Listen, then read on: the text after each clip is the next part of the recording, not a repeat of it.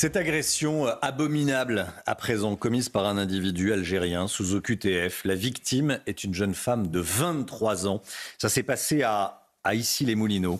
Un homme de 32 ans, interpellé mardi soir à Issy-les-Moulineaux après cette tentative de viol et tentative d'homicide sur une secrétaire médicale.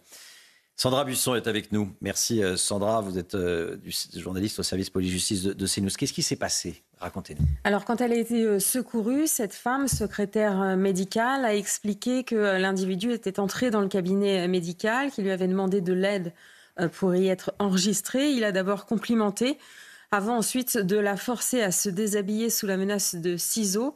Quand les policiers sont arrivés, ils ont entendu depuis l'extérieur les cris de la victime, des appels à l'aide, des menaces de mort. Ils ont réussi à entrer dans la pièce où ils s'étaient retranchés.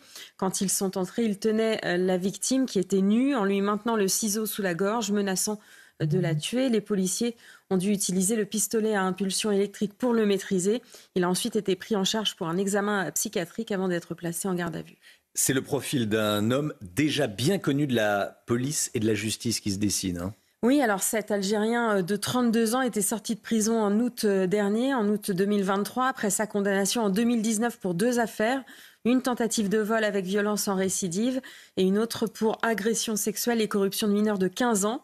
Il faisait par ailleurs l'objet d'une OQTF sans délai et d'une interdiction administrative de retour sur le territoire français. Quand il a été interpellé, il a dit aux policiers qu'il avait consommé de la cocaïne, ce qui a été confirmé par le dépistage. Il a subi donc cet examen psychiatrique. Il est actuellement en garde à vue pour tentative d'homicide volontaire et tentative de viol. Comment va la victime ? Alors, cette femme de presque 24 ans est légèrement blessée. Elle a été examinée par l'unité médico-judiciaire hier. Elle s'est vue délivrer provisoirement 5 jours d'ITT. L'association d'aide aux victimes des Hauts-de-Seine a été saisie pour l'épauler dans cette épreuve.